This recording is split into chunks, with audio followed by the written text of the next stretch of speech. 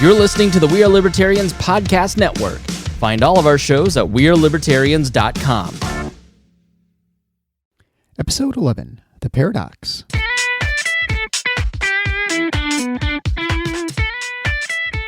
Welcome to The Paradox with your attending, Dr. Eric Larson. He is a practicing anesthesiologist and clinical assistant professor at Michigan State University College of Human Medicine. Listen in as he takes you behind the scenes of what practicing medicine in today's ever-changing world is like with another doctor. The Paradox is a fun and accidentally informative show for physicians, patients, or anyone who has ever found themselves in a waiting room.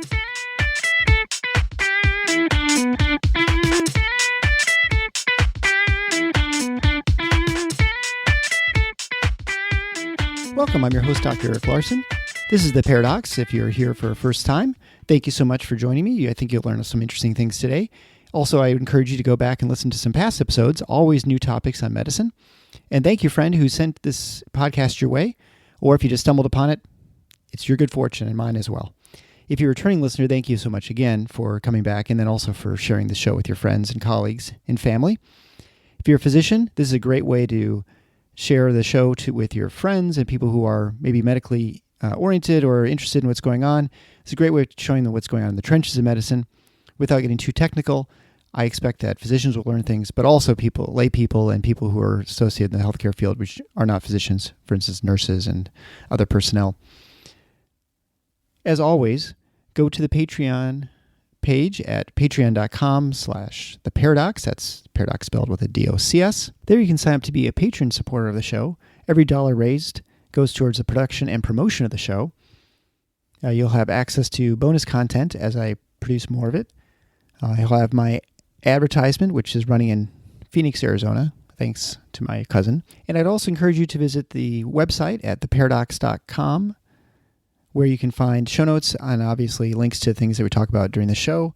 But also you can sign up for the email list. There's also now a YouTube channel. I am also on Facebook and Twitter. So there's no excuse for seeing my face and finding out more of the show and ways of spreading the show. Today's episode is an interesting one. I apologize a little bit in advance for the audio. It gets a little crackly just a teeny bit partway through the show and actually just kind of various portions. I'm just returning back from a great vacation fishing in Canada with my boys. That was a great Father's Day weekend, so I hope you had a nice Father's Day as well. I would recommend the Watson's Windy Point Lodge, and I'll actually put the link on my show notes page. They did a great job, and if you want great walleye and northern fishing, you can't beat the place. Very personal, very nice people, and it's a great experience for a family. We always have fun to go there every couple of years or so. I'd like to talk about the show now. Dr. Michel Accad is a cardiologist and internist out in California. He wrote a very interesting book called Moving Mountains, and I apologize again in the show that it takes me probably about a good 5 to 10 minutes to really kind of get it. And I don't know, the hamster is not running quite as fast in the cage in my mind, but it took a little bit to kind of figure out the essence and the point of it. So today's almost a philosophical discussion of medicine, and much of medicine now, and certainly through medical training, is based on evidence-based medicine. And that means you use best practices and not an algorithmic, but oftentimes an algorithmic approach to medicine, because the focus and the emphasis on much of education is on the population, right? So you want to keep people in general healthy. But the focus is not oftentimes on the person healthy. It seems a contradiction. However, it does come into play oftentimes when you're practicing. And if you're a physician, you know exactly what I mean. But how it actually affects your decision-making and what that means for the specific patient, well, that's sort of what we get into during the show. And so I think you'll find it interesting, different. I do think that when you look at individuals as opposed to patients as a population, it does shift the way you approach them. And it's something that certainly it's always made me feel uneasy, I guess, while I'm practicing.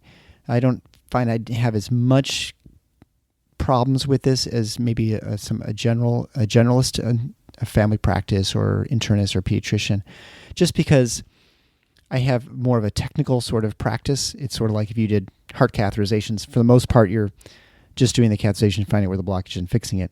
I mean, there are obviously ways you can individualize treatment, but essentially you're more of a technician. But many physicians are more practicing medicine, and that's why we call it practicing. And there's the art of medicine, and I think we get into, without using the word art, I think there's certainly the art and sort of the essence and the wisdom that comes along with practicing medicine is something that is de-emphasized in today's healthcare system. But I think it's essential for patients, and I think it's what patients prefer in some way, although they may not think about it that way, nor do the physicians. But I think it's a different way of looking at how we treat people. And so anyway, without further delay, I'd like to go ahead and get into the episode. Again, this is episode 11 with Dr. Michel Accad on his book, The Moving Mountains. Enjoy. Welcome to The Paradox. I'm your host, Dr. Eric Larson. I'm here joined by my new friend, Dr. Michel Accad, who is a practicing cardiologist and internist out in California. Thank you for joining me. Thank you very much for having me on your show. And today's going to be a real interesting interview. As I was talking just before we went on, I really don't know where this is going to go, because a lot of what we're going to talk about today is, I suppose it's an unorthodox approach to medicine. And I would say that your book, which I found very interesting, was an unorthodox book about an unorthodox subject. And I think the basic premise is you had Dr. Jeffrey Rose, who I certainly had never heard of him before. And he was from, mainly his work was in the 1960s that he sort of began most of his impact? A little bit, you were correct. That's right. 1960s. He himself wrote his own book in 1993. So his career spanned maybe 40 years from the late 50s to the early 1990s. And then he died shortly after publishing the book. And so the book is a conversation between Socrates, who has been long gone in this world for a couple thousand years, right? And this Dr. Jeffrey Rose, and it's a discussion on Rose's, I don't know if you'd say philosophy, but sort of his approach to medicine. And he was, I gather, more of an epidemiologist, where he's looking at populations versus individual patients. Is that pretty accurate? That's right. I mean, nowadays I think you can't really open a medical journal or even the lay magazines without hearing about the concept of population health. It's population health this, population health that. Everybody's in favor of population health, and of course, who's going to be against population health?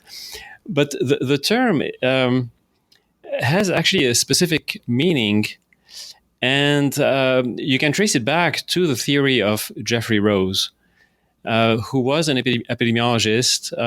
He was a clinician. I don't know if he was a cardiologist or not, but I know that his early work was in cardiovascular disease epidemiology. He was part of fairly large and important studies in the 60s and 70s. And but then he elaborated a certain theory about health and disease, which eventually culminated into a movement. And the movement has taken over academia and has, caught the interest of a lot of people, including, sort of private large health systems. Everybody espouses the idea of population health, although nobody is really sure what it means. And so part of my book was to try to get to the bottom of that. Right. And so your book called Moving Mountains, again, real interesting, and that'll be up on the show notes page, which is theparadox.com/011. And I guess when you look at the book, it starts out by just addressing, I guess, the way we look at medicine. And so right now, when you treat someone, I always joke again, and this is the same thing I said in the last episode, but when you talk about a medication and how well it works, it essentially works at either 0% or 100% for most people, right? Sort of like your chance of getting cancer is 0 or 100%. I don't know which it is. Right? You're either going to get it or not. I can give you averages. And so most of medicine, and certainly with my medical training, I graduated from medical school in 2000 and I went on private practice in 2004. And so when you look at how effective medications are, or the chance of things happening, I would say you translate things that are population based, I guess you'd say, to the individual, and I guess the question is, are you are you looking at a different way of approaching patients from like an individual medication or something like that? Because, I'll say you have a 20% chance of getting a sore throat from my breathing tube when I'll take it out for a day or so. Is that not the way you approach it, or are we talking about something entirely different? No, I think that's part of the problem. I mean, are you asking me what I do myself in clinical practice? Well, not you specifically. I guess the question is the way that we learn things now in medicine, and the way journals report that the treatment X is 40% effective or whatever. Saying how would medicine, is that different than what it was? And then how would medicine be? Why don't you just answer the first thing? Is it different than it used to be? Did medicine have a different approach and way of looking at it? Yes, I think it does. I mean, I think right now this emphasis on quantifying probabilities and risks and degrees of belief and so forth is all very new. I mean, it's new. I mean, I'm saying in a relative sense. I mean, it's a 20th century thing, and pretty much a post World War II thing where all of a sudden statistical inference became extremely important and dominates everything, not just in medicine, but in many other fields of the social sciences and so forth. So now we talk about things, you would tell a patient, and without batting an eyelash, you will tell the patient you have a 20% chance of getting this or that. Yeah, right. But if you think about it, it's kind of an incoherent, statement, because either it's going to happen or it's not going to happen. It's either true or false. And this precise quantification it did not come to us naturally. It built in over the last few decades by the encroachment primarily of public health considerations and the applied statistics that were essentially brought into the clinical and the bedside and the clinical arena. It's not actually the focus of my book, but it's an important aspect, and so we can spend a few minutes talking about it. So there is a sense in which, we seem to have various degrees of certainty about what will happen. Right. Right, but it's a far cry from actually putting a number to it. Okay. And saying it's 20% or X percent, and even that degree of certainty, philosophically, if you dig into it, it's complicated exactly what that means.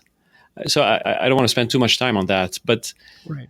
But there is certainly there's been a huge push to have doctors embrace this whole quantification thing and make calculations on the basis of percentages of what we expect will happen and so forth. So go ahead. Is that more would you say that's more a cultural societal shift in that people are, I don't know if they're more educated or they just feel like you want to quantify the risk so that people have an expectation for what's going to happen, right? So I'm going to operate on your leg and I'm going to tell you you have a very good chance that you'll have pain afterwards. And I'll say there's a chance you get an infection. They say, well, I'm getting an infection in my leg. I might have to have my leg amputated. Well, that's a very small chance. And then you feel some need to quantify that in some way to say, well, it's extremely rare, but I have to tell you about all the risks. Is that sort of what you're? Yes. So you're right. There's a huge cultural shift, and it's very deep. It's very deep because philosophically it has to do with how we think about what we know, and it's about the theory of knowledge, if you will. And now we seem to be reduced to thinking of knowledge in terms of some kind of mathematical probability function. Right. Yeah. But the reality, or in reality, it should be that the surgeon is going to operate because he thinks or she thinks it's the right thing to do, right? At this moment in time, right. I'm the surgeon and I think it's the right thing to do. And either the patient agrees or doesn't, or disagrees. But really, there's no reason for mathematics to enter into into the equation, if I can make that pun here. Right. So there is this sort of cultural emphasis on methods of quantification, and they have pervaded our thinking very deeply.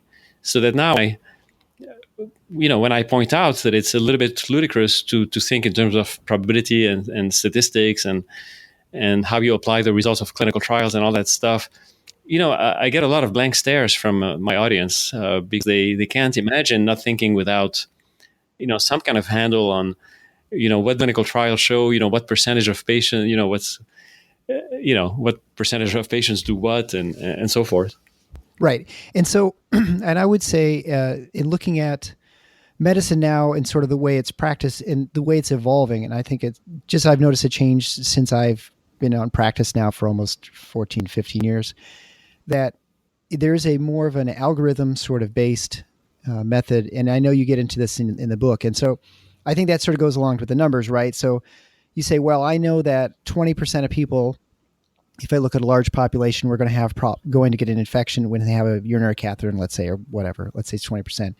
So I think, well, if I want to minimize my risk for that, I'm going to standardize a process where I don't place them because then I'm going to decrease my risks for this. And so that may not actually be the best treatment for that particular patient, but that over on a population wide, that from a hospital system standpoint or, a healthcare system, that it's going to be better for them from a number standpoint, even though maybe that one particular patient would benefit from having that because they can't get up to the bathroom and so they're more likely to fall or whatever.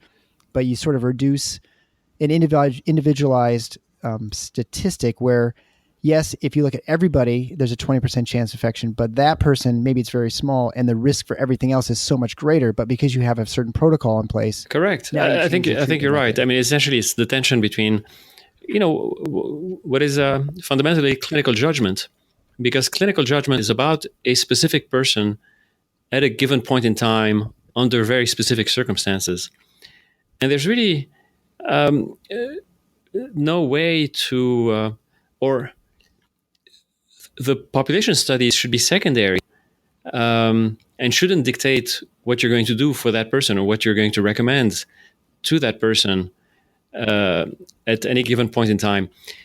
They inform your judgment. The large studies inform your judgment. But I think people are mistaken in how the large studies actually inform judgment. For example, if there's a clinical trial, that has enrolled, thousands of patients, I think the important information from the clinical trial is nothing more than the shared experience. So you can read the clinical trial report and have, get a sense of, in general, what happens to people when they're exposed to this treatment or this diagnostic test and whatnot. But the actual outcome of the trial, whether, you can say that the drug was more effective or ineffective with a p-value of 0.0 whatever, all this quantification is actually irrelevant because you have, if say drug A is superior to drug B by, 12% points, 12% and whatnot, that doesn't tell you what's going to happen to your patient, whether you give your patient drug A or drug B. It's almost irrelevant. But there's information that's full in terms of, it's essentially shared experience. And in a way, it's not really different from what people did before clinical trials were so popular. They would just publish large case series and, they would not be, the case series would not have precise concomitant control groups and whatnot. They would have historical controls and so forth. But they were useful nevertheless. And you can, in a way, mentally fill in the blanks. And that's what wise clinicians would be, are able to do. They can sort of mentally make, imagine what might happen to the patient with one process or another, and then make a decision. And it doesn't. And at the end of the day, you never know. You never know if any particular decision is the right thing for the patient or not, because you don't have a parallel universe to compare it to, right? To compare what you do. So whether you follow the currently preferred population-based algorithms to the T, or whether you Right. use your own clinical judgment and whatever reasoning you come up with based on your experience and your whatever wisdom you have, and people have different degrees of wisdom. There's no way to say that one is superior, scientifically, or quantify that one approach is better than the other. But the difference is that the algorithm is in many ways inhumane, and Right. and we sense that we have a strong sense of, I think, clinicians who try to pay attention to their patients, get a sense that no, they can come up with reasons to deviate from not always. Sometimes you're going to follow the algorithm, but other times you want to be able to deviate from the algorithm. And you may not always be able to articulate it. So the problem now is that there's a constant demand on clinicians to articulate precisely, why they're taking each Right. step that they're taking. And that, it takes a huge amount of time, and it's distracting, and so the path of... Well, it's not accurate. And it's not accurate, correct, right. So essentially what you're doing is you're taking these large studies that are over large populations, and they have these, and you're trying to hope that your patient matches the average patient of the 1,000 people or so, or 10,000 that might be in this large study, and you're hoping that the circumstances are similar, and that you can extrapolate using that study appropriate treatment. And of course, you can't make any assurances, because it turns out that people are very different. Right? Correct. And I think, and I've been to a lot of, and this is very important, because I've been to a lot of meetings in the hospitals and certainly all through medical school. Evidence-based medicine, at least when I was in training, that was the gold standard, right? We want to practice evidence-based medicine because we don't want to just kind of use random sort of guesses. We want to have an educated, systematic approach to treatment, and that's using these studies that match your population, that your individual matches some population, right, for a particular procedure or whether disease.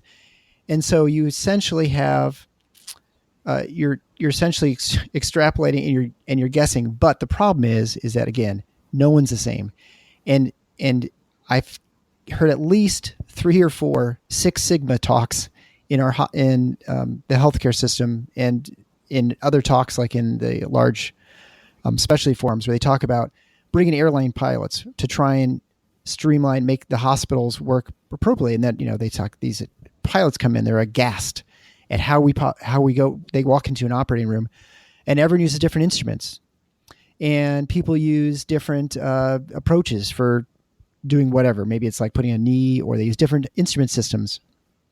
And everyone has a different way of doing the anesthesia, and the nurses may do things a little bit differently as well. And so they can't believe that we have essentially 1,000 different ways of doing the same thing, right? And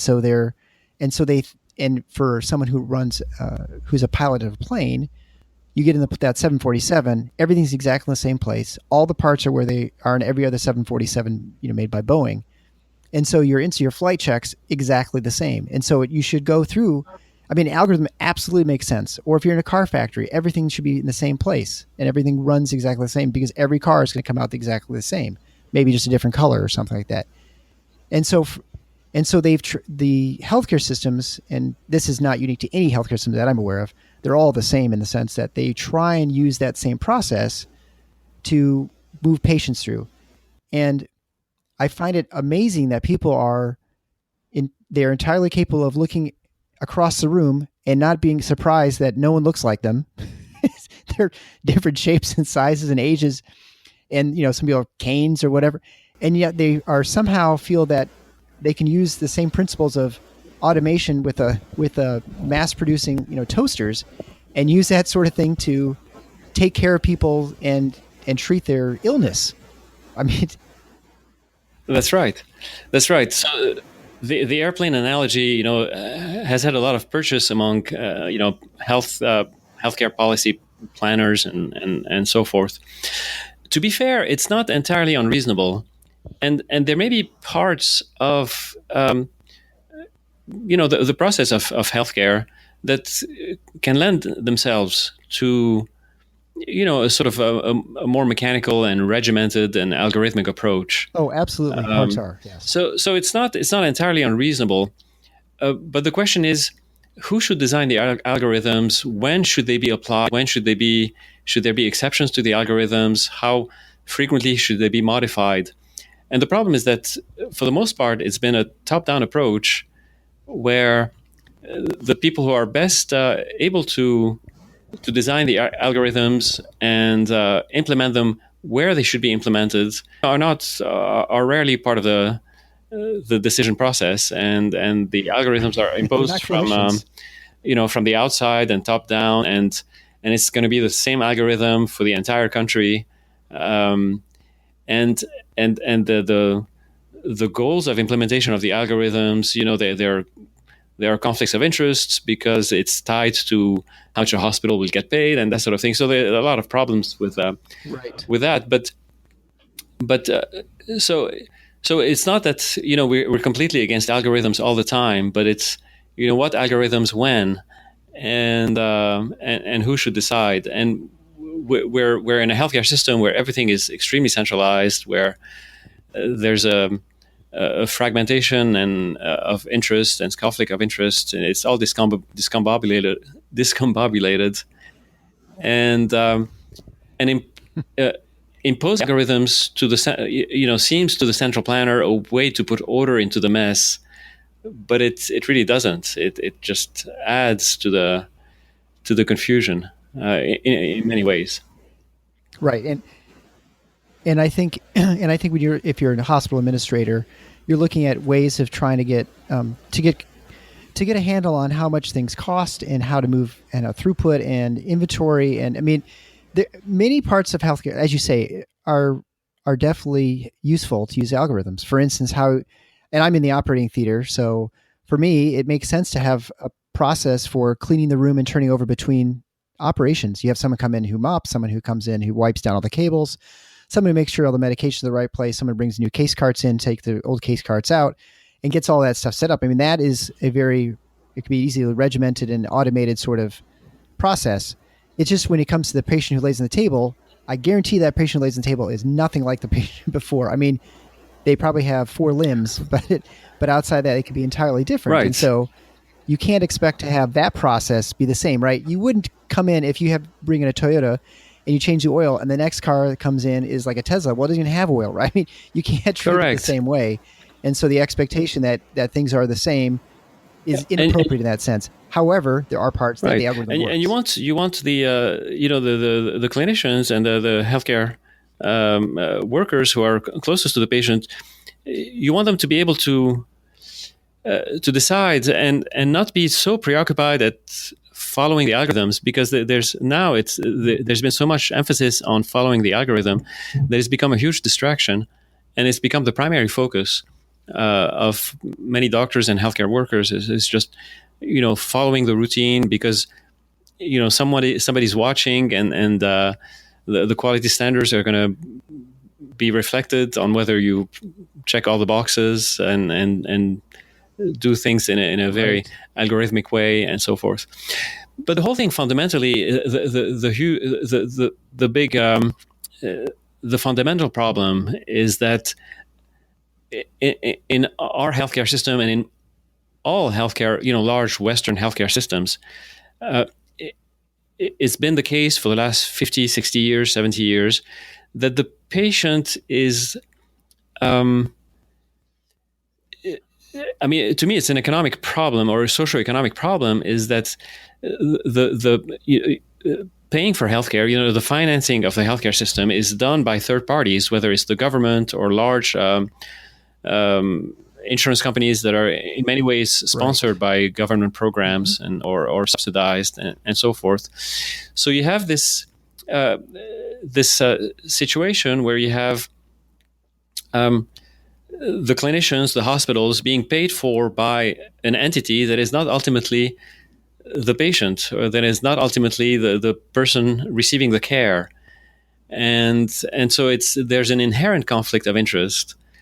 And this population-based management system that includes algorithms, it includes guidelines, it includes all the things, things that I talk about in the book, is the natural consequence of this arrangement of third parties paying for the care of the population at large, and wanting to manage how the system is run, and so that's the reason why. And until that changes, I don't think you're able to correct that, because if now we care is financed primarily, say, by insurance companies or primarily by the government or whatnot, it stands to reason that the insurance company and the government want to have a say in how the money is being spent. Right, yeah. But the problem is that they are not doctors, and they're not there at the time that the care is being given. They can't have a spy in each operating room or a representative in every examination room in the doctor's office. And therefore, the only way they can get a handle on the situation is to impose algorithms and impose population-based philosophies on how care should be dispersed, and that's what we see. Right. And so, I mean, to the first part of your point, when you talk about checking, clicking boxes, that absolutely is synonymous with an electronic health record, right? So you have these records in it. And so the way to try and make sure everything's been done properly and to document it is you have to have some sort of algorithm so that you actually complete the different tasks that are involved. So the electronic health record is in many ways is almost forcing algorithms or algorithmic approach to medicine in a non-individualized treatment pattern. And then your point about the third-party payers essentially is that if I have a house and if I'm the government, let's just say, and I want to make sure the houses don't burn down, I want to make sure I get the small percentage of houses burned down. So I centralize my fire station by where the largest population is, right? But if you live way out in the country, I'm not as worried about you because you're only one house. And although for you, that is everything, right? And so you want to make sure that you absolutely have fire coverage and your houses are burned down. So your incentive is not going to match and align with the government's because the third party, the person paying for it, because they want it. They're looking at the population as a whole, and so they're minimizing their overall fire risk. And if you're way on the end, well, you're just kind of out of luck because you're a small percentage of, right? And so that's sort of the way of looking that's at right. it. Maybe. And that's it. And that's really in the best case scenario, because to say that they're interested in the population as a whole perhaps gives them a little too much credit. I mean, for the most part, politicians are interested in getting reelected. That's their primary interest. Bureaucrats are interested in keeping their job and not having their agency being in the newspaper one day because there's some kind of a scandal or something. And so they're going to be extremely conservative and just do what they've been doing for the last 20 years. And plus they have no knowledge of what happens on the scene. And so they apply these statistical methods and this utilitarian calculus, but it really doesn't work. I mean, even if they can, do some kind of study to give them a rough guide as to what would optimize outcomes in a certain way, the nature of medicine and medical care and healthcare is so dynamic intrinsically that by the time they apply the guidelines derived from these studies, things have changed, and you have no confidence in the fact that even if the guidelines and the algorithms were applied perfectly, that would actually maximize anything. And it probably wouldn't. And everybody, I think everybody knows that, but nobody's willing to admit it.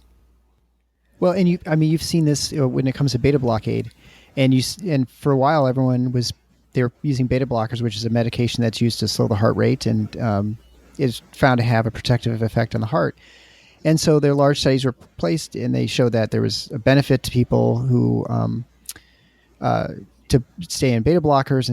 And then what happened is people extrapolated and said, well, everybody should be in beta blockers before surgery. So they started piling all these beta blockers on these different people, these medications, and then they find out later on that, of course, this causes increased incidence of stroke and other problems.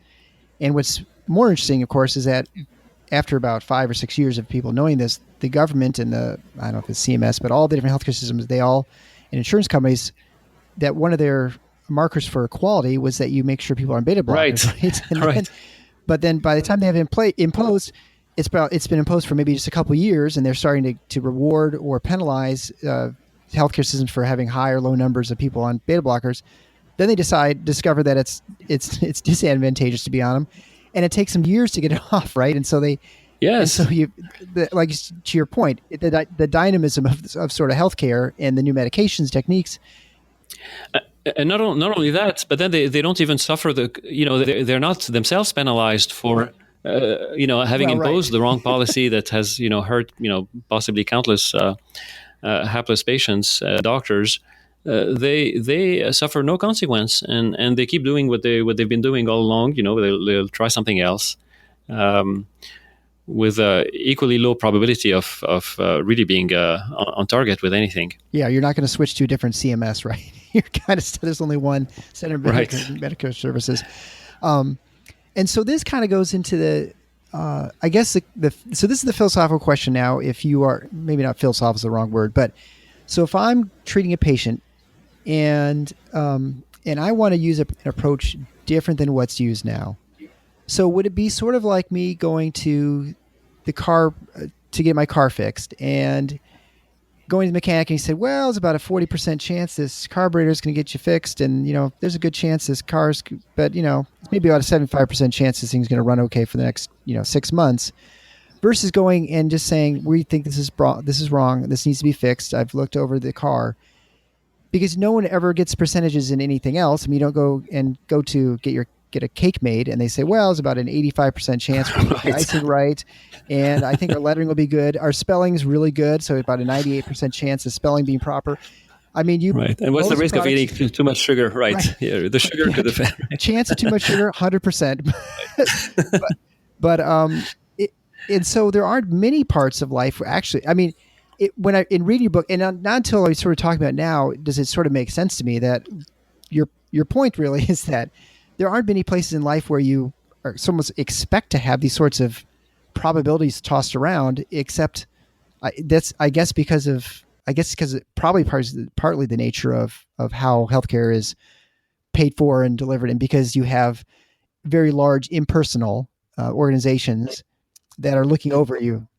So yes, Eric, the key word is impersonal, because in this system where you have third parties involved, whether it's the payers or the regulators or the government or whatnot, and all these third parties view things on a population or from a population perspective, and they don't really care individually about any given patient or any specific patient.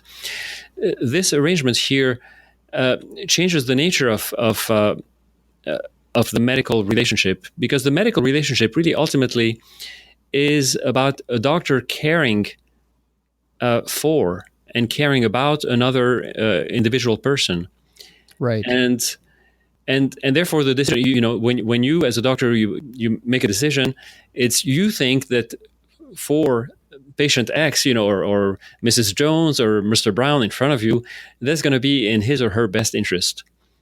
Okay, and that has been distorted, right. And now. What happens now? We're training, and we're being trained, and that includes me and you, and people who have been in practice for the last 30, 40 years, probably even more, in my opinion. I mean, that's been sort of ongoing for a long time. We've turned the doctor into a sort of an expert technician. So now there's a detachment from the patient, and you're the expert, and you're going to apply the wizardry of statistical probabilities and prognostication and so forth in order to make a decision. But that's really contrary to the nature of what medicine is about. And people are confused, I think, about that. And well-meaning people are confused, and people who go into medicine for the right reason, thinking that it's going to be that it's a profession really about personal relationship, end up discovering that it's become a technical profession about applying these algorithms and these population-based considerations. to patients in a very impersonal level. Now, of course, many people try to do the best that they can and intuitively still hang on to the correct notion of what medicine is about. But there's clearly a conflict. It puts everybody in a conflict. Right. And you hear, and so I mean, part of the nature, I imagine, is because you have people with less technical skills. They're trying to deliver healthcare, right? I mean, I think this comes to the right. To the that's right. mid-level, That's right. And I mean, I don't want to get into that too much, but I feel when it comes to, certainly I've talked to a number of physicians. We'll talk about this in just a moment, but I've talked to some direct primary care physicians, and they're the ones who were in previous healthcare systems.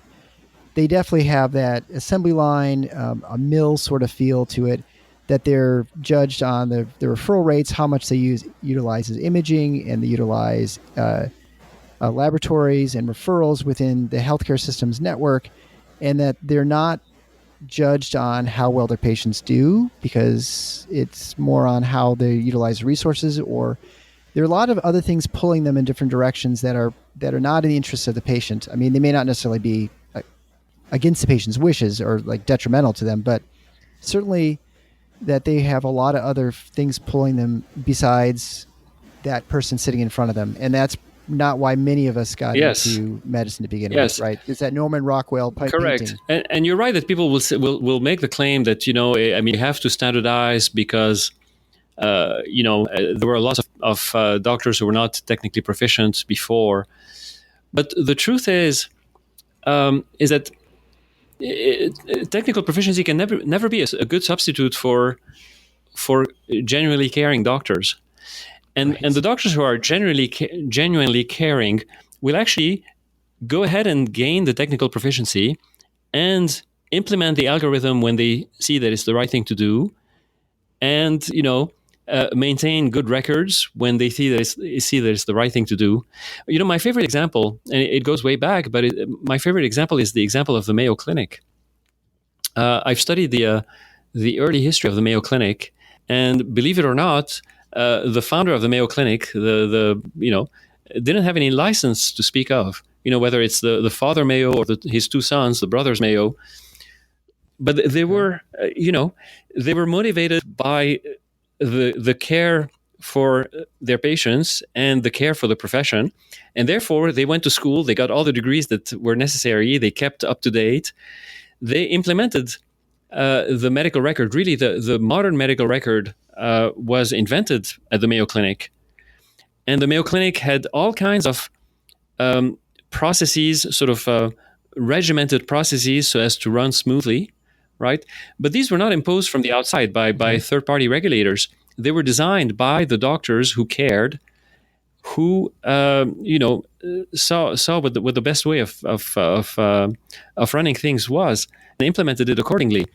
And they were rewarded by the patients. The patients could recognize that this was the better care, and they got rewarded, and the Mayo Clinic became very, very successful before there was any kind of third-party intervention to, quote unquote, ensure that everybody's competent.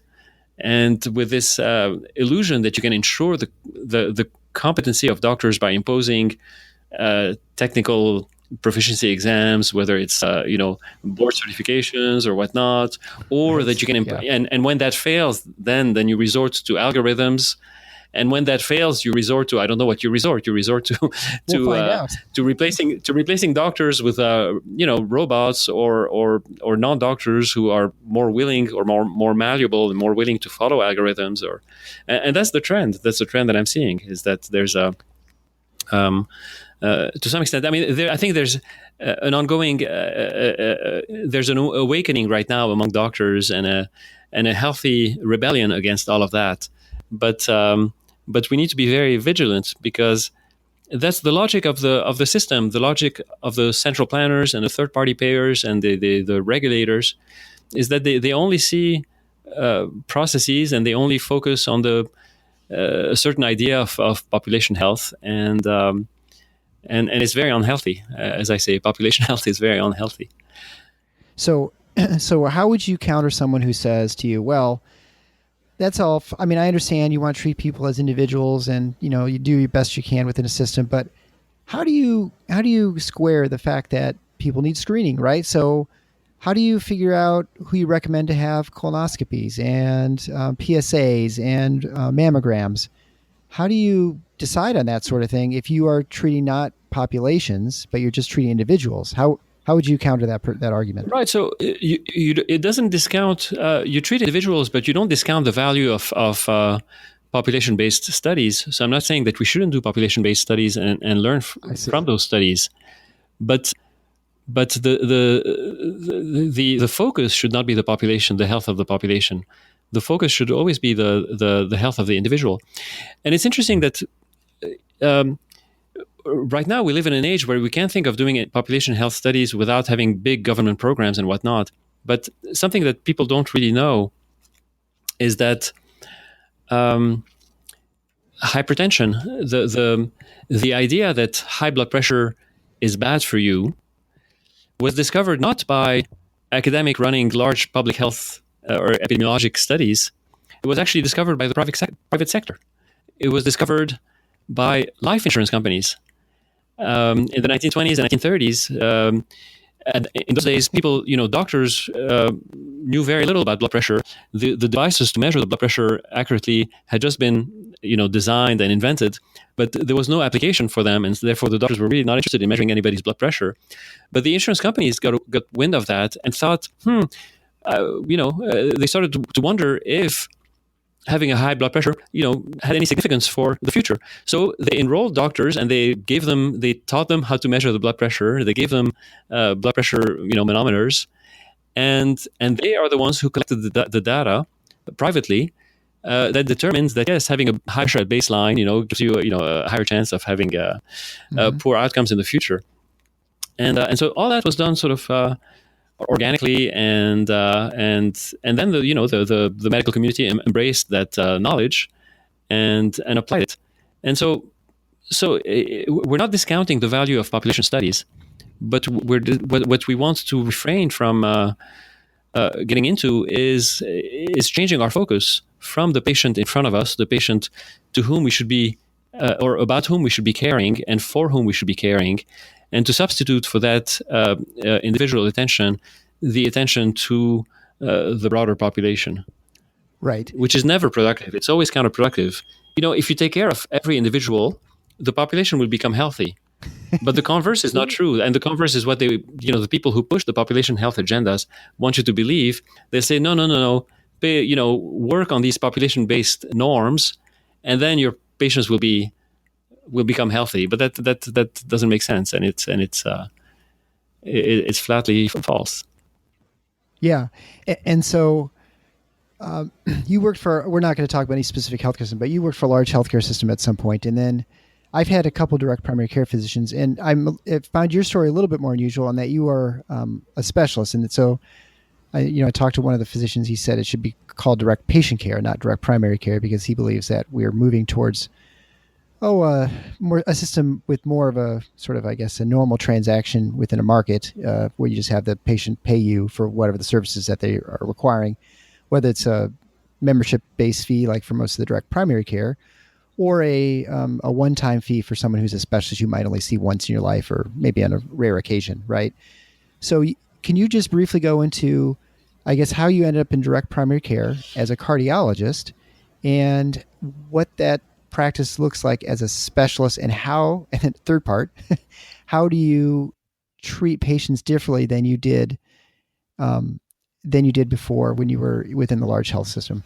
Right. Yeah. So I practice both. So I do, and the point that your friend was making is absolutely perfect. It should be direct patient care, and I call my cardiology practice direct cardiology care, and I call my primary care practice direct primary care. So yes, that's right. And so I have a primary care practice that follows the DPC model, the direct primary care model. It's a reasonable monthly membership fee, and because the membership fee, it seems primary care seems to lend itself better to a membership model. And then I have an outpatient cardiology practice where people come and find me Right now, most of them find me, on their own online. I have I think, a nice website. The practice is called the Athletic Heart of San Francisco. I try to make it sort of appealing and upbeat, as opposed to calling it, the Center for Cardiovascular Disease and Failure and whatnot. You're dying. But please come see right, me. exactly. But what they find with me is that, number one, I'm readily available because I'm not congested. They don't have to wait 3 or 6 weeks to see me. They can see me usually within a few days for a cardiology consultation. I speak with them on the phone before they make an appointment, before they actually book an appointment, just to make sure that I understand their needs and that I can prepare the visit. After a brief phone call, if we decide to go ahead and have a visit, if I anticipate that they will need tests, then they will have their consultation and their non-invasive test in one fell swoop. And in a matter of 2 hours, they can leave my office with a diagnosis, the test done, the recommendations, and all of this, which otherwise would take them, weeks and weeks to obtain. And not only that, my cash fees tend to be extremely competitive for patients who have high deductible insurance. And so if they have a high deductible and they have the misfortune of going to the university hospital to get their ultrasound, it can be ruinous. Whereas here it's reasonable, and most of them find it very reasonable. And I tend to bundle my services into packages of commonly obtained tests, so that if they come and they have a consultation, an echo, an EKG, and a stress test, it's sort of bundled into one very affordable fee. And so people find that very advantageous, and they come even if they have insurance, because it's better than going within network. Sure. So my challenge is to market that, because you can't have, it's very expensive to have advertising campaigns and so forth, when people only need a cardiologist rarely and punctually. So it takes a long time to ramp up the awareness of my practice. Right. But it's happening. So how shocked are people when they talk to you that they're actually talking to a doctor who called who called them people are visiting? Right. A cardiologist. Most of them are right. Most of them are extremely, grateful, and it immediately gives a sense of trust that the doctor is willing to talk to the patients, before they even show up. Do they believe it's really a doctor, or do they think it's a recording? I think they do, because they've been on my website, and my website, I have a blog and a video and whatnot. So I'm very patient oriented in that way, and that to answer your third question, I think that's the main difference is that. It's not that I'm smarter or a better clinician or than those who practice, in the system or within big box medicine, but I have the time, the freedom to focus my attention appropriately, and so I can do that. I don't have all of the distractions that my colleagues have of having to deal with. Paperwork to get paid, to justify the consultation. Right. Paperwork to show that you've provided quality care, notes that have all kinds of that are unreadable, really clinical notes that are unreadable because they contain so much garbage.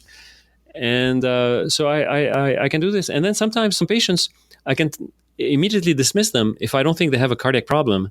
I can tell them very quickly, right? I don't need to justify doing all kinds of stuff that's unnecessary. I can so if a patient needs a lot of attention, I can spend the time, and if they don't need a lot of attention, then I can tailor my consultation that way.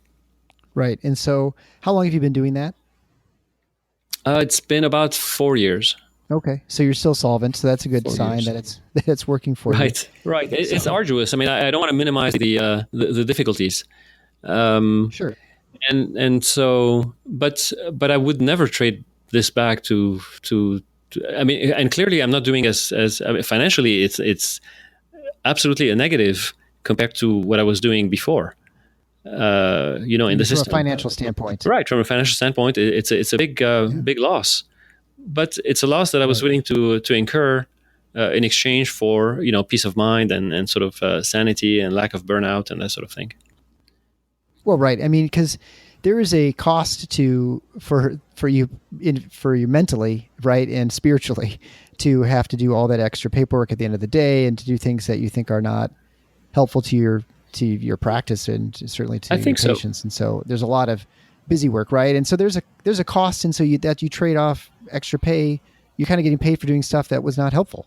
It was harmful. I think so, and I think it's reflected in this epidemic of physician burnout that we hear about and we experience either in ourselves or in our colleagues. I mean, I was kind of unhappy when I was not particularly. I mean, I was paid well and I was doing fun stuff. I was doing a lot of cardiac procedures and so forth. Mm-hmm. But at the same time, I was always, triggered by stuff that seemed to be out of my control that I wanted to do in a different way, and I couldn't. I felt helpless. Yeah. And we discussed in episode 8 where I discussed with Dr. Dearman, we talked about physician burnout and suicide and the threat of malpractice, and I was surprised to find that the percentage of physicians who are contemplating suicide within any 1 year is 7%. And I found that really stunning. And, we have almost 400 physician suicides per year. And I won't say there's one thing that leads to this. It's probably, many things like everything. But, I think we undervalue sometimes personally what we have to deal with personally. So it's great that you found a spot that you're doing you're practicing the way you like to practice, and that you think you're doing a good job. And that's probably worth a lot more than probably you even give yourself credit to for at times. Yeah. So again, the book is Moving Mountains, and that'll be linked on the show notes page. And are there any other ways people can find you that you'd like? Yes. If there are, doctors or healthcare professionals or people who are in the field who are interested in my blog, it's called alertandoriented.com. And I blog regularly. Okay. And with a colleague of mine, we've recently started doing a series of video blogs, and we'll start probably moving to a podcast format as well in the next few weeks. But that will be linked to on my blog, so alertandoriented.com. And the book itself can be found at movingmountainsthebook.com. That's the landing page for the book, if people want to, find out a little bit more what the book is about. Great. And it is actually a very fun book to read. You don't have to have much medical knowledge to understand the book. I mean, if you have some, it, I think, gives you a little extra insight at points. But, as someone who has been practicing for a while, I was unaware of most of the things that were mentioned in that book. I mean, outside of the way medicine is practiced, but certainly the history. And it's a fun sort of walk through and imagine what it's like if you hung out with Socrates for a while. So my interest was to try to attack the population health movement at its scientific base, or the scientific claims that they're making. So I wanted to get to the bottom of it. Right. But you're right. I tried to keep it accessible, and the whole book is in a dialogue format. It's a quick read too. I mean, I think it's 100 and some pages, but it's a very fast read. You can read all of it within a couple hours, I think. So again, I would highly recommend the book. Dr. Michel Accad, thank you so much for spending the afternoon or evening with me, I guess. Depends where you are which coast. And hope to talk to you soon. My pleasure.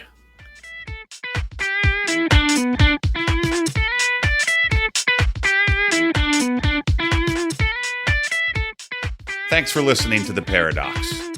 If you like what the doc is doing, please subscribe and leave a review on iTunes or Stitcher. And share the show with your friends. Become a supporting listener to get access to special bonuses at patreon.com/theparadox. Show notes can be found at theparadox.com.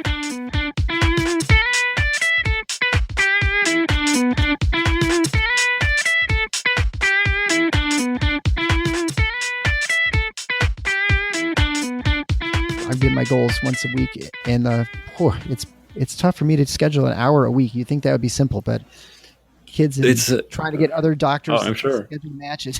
It's been fun. The nice thing is, you direct primary care guys, you're a lot easier. You kind of have a nice schedule. Yeah. It's been.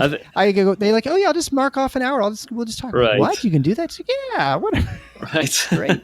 Do you have much? I didn't even ask you. Do you have much staff at your practice? One person, one full time, and she's my secretary, and she's very good. She's a mature person, and she's not a medical trained person, which I wanted. I wanted somebody who could speak to patients, and as a person, and not somebody trained as a medical assistant who's used to, to the assembly line approach. And then I have an ultrasound tech who comes Okay, I was on wondering an about as-needed that. basis. Yeah. So she comes whenever I need to do an echo. I was trying to figure out how you did echoes by yourself, but moving all those knobs and stuff and taking pictures. Right. So with your some holding- cardiologists know how to do that. I'm pretty pitiful, and we're always better off with a technician. And she's very good, and she comes once a week or whenever it's needed.